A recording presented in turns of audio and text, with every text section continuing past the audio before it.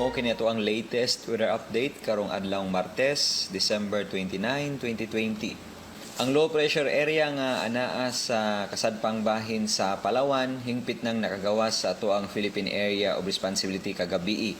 Og karong buntag kini anaa sa 55 kilometers habagatang bahin sa Pag-asa Island, Palawan.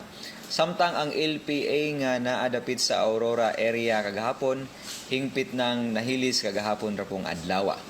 Ang lain nga low pressure area nga napagawa sa Philippine Area of Responsibility atong nasigpatan sa gilayon nga 1,165 kilometers silangan nga bahin sa Mindanao. Posible kining mosulod sa ato ang Philippine Area of Responsibility sa mosunod nga duha ka adlaw.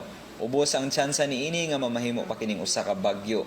Og sa tong forecast sa mosunod na 24 oras, ang Metro Cebu apil na gyud ang tibuok Kabisayaan, ang Occidental Mindoro ug ang probinsya sa Palawan makasinati sa kasarangan nga panahon kun magapasulabi ang init sa adlaw apan dunay gihapoy tsansa sa mga patak-patak ug lumalabay ng mga pag-ulan o mga pagpanugdog og kilat labi na sa hapon ug sa gabii tungod lamang sa mga localized thunderstorms.